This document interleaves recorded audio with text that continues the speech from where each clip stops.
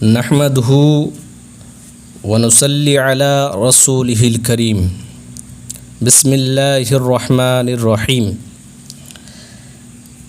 امت کے واسطے میں در کھلتا رہا، لفظوں کو آئینے کی طرح تولتا رہا۔ قربان میرا سر ہے محمد کے نام پر، نیزے پہ حسین کا یہ بولتا رہا۔ عزیزان گرامی، محرم اسلامی سال کا پہلا مہینہ ہے۔ اس کی فضیلت یہی کافی ہے، مگر اس مہینے کی 10ویں تاریخ کی، جسے عاشورۂ محرم کہا جاتا ہے، اس میں بے شمار فضیلتیں ہیں۔ یہاں تک کہ انبیاء علیہم السلام کے خاص واقعات اسی عاشورۂ محرم میں ظہور پذیر ہوئے ہیں۔ پھر اس مہینے کی خاص طور پر عاشورۂ محرم کو ذکر امام حسین پاک رضی اللہ عنہ سے بڑا گہرا تعلق ہے۔ عاشورے کے روزے کی فضیلت بھی احادیث مبارکہ میں مذکور ہیں۔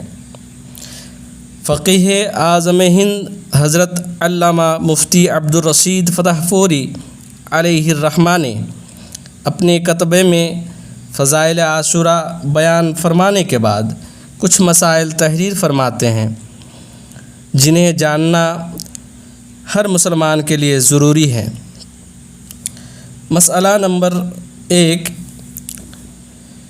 ایصال ثواب یعنی قرآن مجید، درود شریف، کلمہ طیبہ اور ہر نیک کام، خواہ وہ عبادت بدنی ہو یا مالی، فرض ہو یا نفل، سب کا ثواب دوسروں کو پہنچایا جا سکتا ہے۔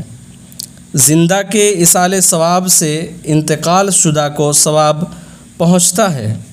کتب فقہ اور احادیث مبارکہ سے اس کا جواز ثابت ہے۔ مسئلہ نمبر 2، ماہ محرم میں خصوصاً 10ویں محرم کو حضرت سیدنا امام حسین رضی اللہ تعالیٰ عنہ اور دیگر شہدائے کربلا کو لوگ ایصال ثواب کرتے ہیں۔ کھچڑا اور مختلف قسم کے کھانے پکاتے ہیں، پانی اور شربت کی سبیل بھی لگاتے ہیں، اور جو بھی کار خیر کریں سب کا ثواب پہنچانا جائز اور باعث خیر و برکت ہے۔ مسئلہ نمبر 3، بعض جاہلوں میں مشہور ہے کہ محرم میں سوائے شہدائے کربلا کے دوسروں کو فاتحہ نہیں دلا سکتے۔ یہ بالکل غلط ہے۔ جس طرح دوسرے دنوں میں سب کی فاتحہ ہو سکتی ہے، محرم میں بھی ہو سکتی ہے۔ عشرۂ محرم میں مجالس منعقد کرنا، ان میں واقعات کربلا بیان کرنا جائز ہے، جبکہ صحیح روایت بیان کی جائے اور ان واقعات میں صبر و تحمل، تسلیم و رضا کا مکمل درس ہو، اور اتباع سنت کا زبردست عملی ثبوت یہ ہے کہ دین حق کی حفاظت میں تمام اقربا، اعزا، رفقا اور خود اپنے کو امام عالی مقام نے رائے حق میں قربان کر دیا اور جزا و فضا کا نام تک نہ آنے دیا۔ آج کل کچھ لوگوں میں یہ مشہور ہے کہ محرم کے 10 دنوں میں اور اس کے بعد 3 دن غم حسین پاک رضی اللہ تعالیٰ عنہ کا اظہار کرنے کے لیے گوشت نہیں پکاتے، نہ ہی کھاتے ہیں، نئے کپڑے نہیں پہنتے ہیں، شادی بیاہ رشتہ نہیں کرتے ہیں، اور مقصود صرف اظہار غم ہوتا ہے۔ یہ سب سوگ غم کی علامتیں ہیں۔ سوگ کا حکم یہ ہے کہ کسی کے بھی انتقال کے بعد 3 دن تک سوگ جائز ہے، اس کے بعد نہیں۔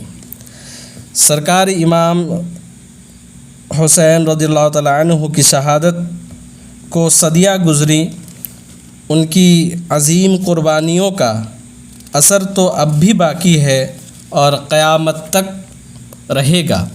ان کا ذکر کیا جائے لیکن ان کا سوگ نہ منایا جائے، اور اظہار غم کے طور پر نوحہ وغیرہ کرنے کے بارے میں حضرت مفتی عبدالرشید صاحب قبلہ علیہ رحمہ فرماتے ہیں، بعض لوگ اظہار غم کے لیے بال بکھیرتے ہیں، کپڑے پھاڑتے ہیں، سر پر خاک ڈالتے ہیں، اسی سلسلے میں نوحہ و ماتم بھی ہوتا ہے۔ سینہ اتنی زور سے کوٹتے ہیں کہ ورم آ جاتا ہے، بعض جگہ زنجیروں اور چھریوں سے ماتم کرتے ہیں کہ سینے سے خون بہنے لگتا ہے۔ یہ سب چیزیں ناجائز و حرام ہیں۔ حدیث شریف میں ان کی سخت ممانعت ہے۔ مسلمانوں پر لازم ہے کہ ان باتوں سے پرہیز کریں۔ ذکر صالحین کے تحت یاد امام حسین رضی اللہ تعالیٰ عنہ کے لیے امام عالی مقام کے روضہ پر نور کی شبی مبارک رکھنے میں تو کسی کا اختلاف نہیں۔ جس طرح کعبہ مقدس کی شبی، گنبد خضرا شریف کی شبی، مسجد اقصیٰ کی شبی تمام مسلمان گھروں میں لگاتے ہیں اور اسے بابرکت سمجھتے ہیں، اسی طرح محبت اہل بیت کی نشانی کے طور پر شبی پاک روضہ اقدس کا گھروں میں رکھنا تو یقیناً باعث برکت ہے، لیکن اس شبی مبارک کے ساتھ اصل کا سلوک کرنا جائز نہیں۔ جیسے شبی مبارک میں قبر بنا دینا اور پھر وہیں فاتحہ پڑھنا جائز نہیں ہے کہ یہ جعلی قبر ہے، اور جعلی قبر بنانا حرام ہے۔ آج کل کچھ شہروں میں تعزیہ داری کے نام پر کچھ خلاف شریعت امور کا رواج پڑ گیا ہے۔ اس کے متعلق ہمارے بزرگوں کے اقوال پر عمل پیرا اور کاربند ہونے کی ضرورت ہے۔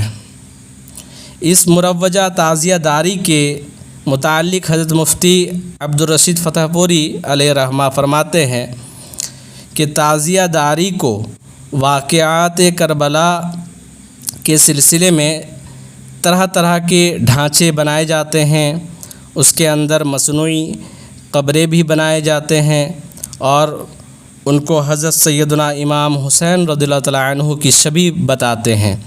کہیں تخت بنائے جاتے ہیں، کہیں علم نکالے جاتے ہیں، کہیں سواری بٹھائی جاتی ہے، ان کے سامنے طرح طرح کے باجے بجائے جاتے ہیں، ان پر ہار پھول چڑھاتے ہیں، شربت مالدہ فاتحہ دلاتے ہیں، ان سے منتیں مانگتے ہیں، پھر 10ویں محرم کو یہ تعزیے مصنوعی کربلا میں لے جا کر دفن کر دیتے ہیں، گویا کہ یہ جنازہ تھا جسے یہ دفن کر آئے ہیں۔ کہیں براق بناتے ہیں جس کا کچھ حصہ انسانی شکل کا ہوتا ہے اور کچھ جانور کا سا ہوتا ہے، اسے امام عالی مقام کی سواری کا جانور بتاتے ہیں۔ کہیں حضرت قاسم رضی اللہ تعالیٰ عنہ کی مہندی نکالتے ہیں، گویا کہ ان کی شادی ہو رہی ہو۔ کہیں ہرکارہ بناتے ہیں جس کی کمر پر گھنگرو باندھتے ہیں، گویا یہ امام عالی مقام کا قاصد ہے جو خط لے کر ابن زیاد کے پاس جائے گا۔ کہیں سقہ بناتے ہیں اور چھوٹی سی مشق اس کے کاندھے پر لٹکا دیتے ہیں، گویا یہ حضرت عباس علمبردار ہیں جو دریائے فرات سے پانی بھر کر لائیں گے۔ اسی قسم کی اور بہت سی باتیں کی جاتی ہیں۔